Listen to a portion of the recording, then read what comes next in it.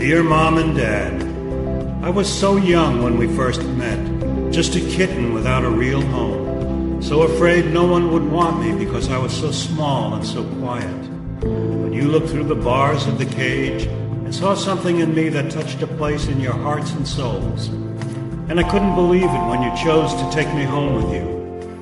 From that very first day we spent together, I felt a connection, like I'd found people who would love me and care for me. So I tried to show my appreciation by jumping up into your lap, Dad, that very first night, and curling up with you. Do you remember? I think it was then that we bonded for the rest of this life that we shared. I was so happy. I explored all the nooks and crannies of the house. I memorized the layout of the rooms and learned where my food dish and litter box were. For a while, you let me sleep in bed with you, but my late night prowling and meowing were too disturbing, and for that, I'm really sorry. But we adjusted, and soon I had the downstairs all to myself, which was fine, as it was there that my food and water were. That very first Christmas, just 2 weeks later, you gave me toys to play with, and didn't I have a lot of fun batting around those furry mice and bows from the presents? Do you remember how I used to play with your shoelaces, Dad, chasing after them over the arms of the chair and across the bed? Sometimes you'd make shadows on the wall, and I tried to catch them in my paws. Oh, what a great time it was. During those early years, my heart was so full of joy. You were my mom and dad, and I was your child. As time passed, we settled into enjoying each other's company, and I felt so safe and secure. Oh, there were periods when you left me in the company of strangers, and I had to spend nights away while you went off on some trip. But it was easy to accept those moments for the happiness I felt when we were reunited. Then in my 7th year, I began to get sick. Perhaps it was the cancerous growth on my head.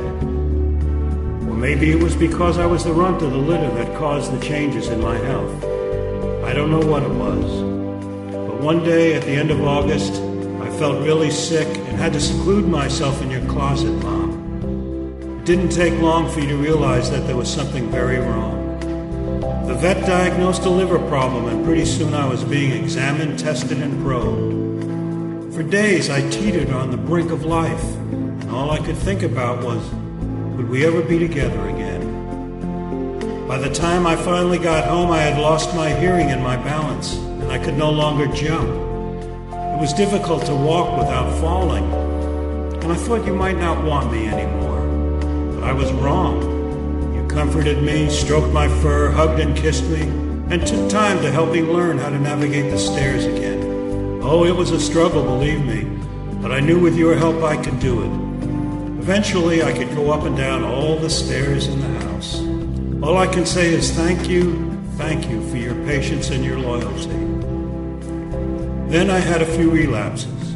My liver acted up again a few more times, but luckily not as bad as that first time. And we were able to get through those incidents with the help of some very nasty medicine, which you kindly hid in my food. When I no longer could jump up on the better couch, you lifted me. When I could no longer get off, you helped me down. Soon, however, I began to lose weight. I wished I knew how to tell you then what was bothering, but as a cat, I just couldn't. And then I started throwing up and feeling sicker. I could sense how worried you were, and even the vets were unsure about the cause, and it became more serious. And I think we all knew that my days were coming to an end, but I tried to be strong and keep going. If only you had known in that last weekend you went away I would be gone before you returned, maybe our goodbyes would have been more memorable.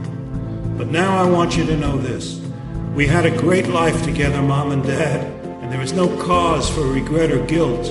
We loved each other unconditionally without strife or remorse. And I'm so thankful to have had the pleasure of your company for over 8 years as my keepers and my friends. And I hope you enjoyed mine as well. I want you to know I will always love you, and if there is a heaven open to all of God's creatures, I pray we will meet again. Until then, I send you all my love. Daisy.